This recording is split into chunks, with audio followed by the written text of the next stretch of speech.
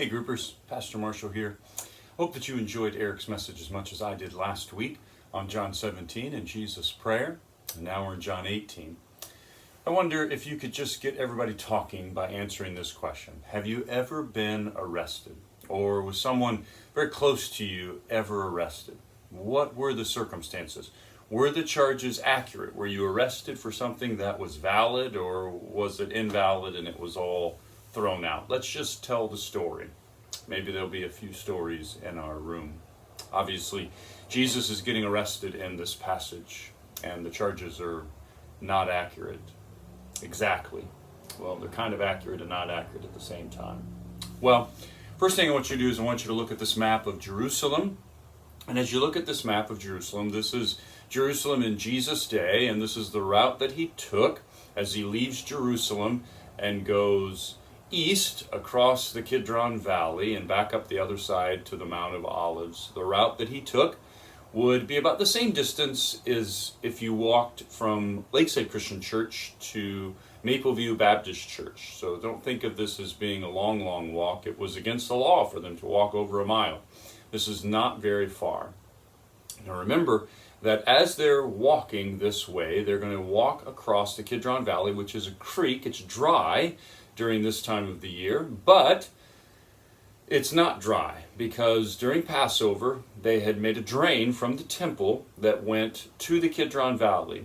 And so the 200,000 plus lambs that were sacrificed on the days of Passover, their blood was drained and it ran down the Kidron Valley. So Jesus and his disciples would have stepped over, would have maybe walked on some rocks across or jumped across this drain of blood.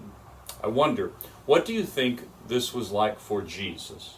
What do you think was on his mind as he did that? And what do you think this was like for the disciples?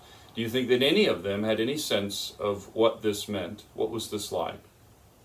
Well, what do Jesus' actions in verse 4 tell us about Jesus? What do they tell us about Jesus' character? What do they tell us about his leadership? What do they tell us about his state of mind? What do they tell us about his submission? Verse 4, what do they tell us about his character, leadership, state of mind, and submission? How do you understand verse 6? What do you think is happening, and why do you think it's happening? How do you understand verse 6? What do you think of Peter's actions in verse 10, especially in light of verses 15 through 18 and in light of verses 25 through 27, which we're not covering in this message, but looking at those, what do you think of his actions in verse 10? What does it tell us about his character? What does it tell us about his state of mind? What does it tell us about his leadership? What does it tell us about his submission? What do you think of Peter's actions, and what does it tell us about Peter?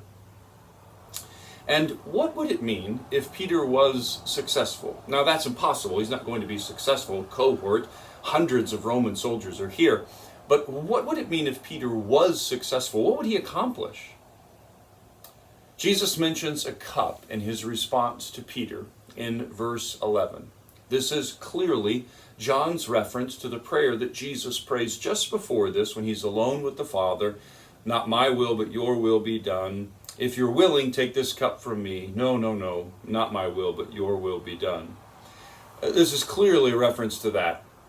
I want you to look up this metaphor in the Old Testament, and then one verse in the New Testament. I want you to look up Isaiah 51:17. I want you to look up Jeremiah 25:15 and 16. I want you to look up Ezekiel 23:32 through 33. And then jump to the book of Revelation and look up Revelation 4:10. What does this metaphor, the word cup, what does this word cup have in it? What is the metaphor about what this cup is holding? And then finally, who was Annas and who was Caiaphas? Why are there two of them? What are their responsibilities? Who are these men at the end of this passage that Jesus goes to first? Well, then I just want to remind you of where we finished, not the first thing that we talked about in my message on Sunday, but the last thing, and that was how we can try to model Jesus' behavior. There's a lot for us to model in this story. First, we have Jesus' poise. The word poise means our ability to control ourselves in spite of whatever is happening around us. And so how do you need to model Jesus' poise? Second, Jesus' caring heart. Here he's thinking about his disciples, making sure nothing bad happens to them, and he's not thinking about himself. How do you need to model that? Or finally, maybe it was his awesome submission to the Father's will. Maybe that's where you had to put a hook for you to hang a hat on this week as you are responding to this message, that you maybe need to also trust the Father's plans. Well, I hope that you have a great group. I look forward to seeing you next week as we continue our walk through the Gospel of John. God bless.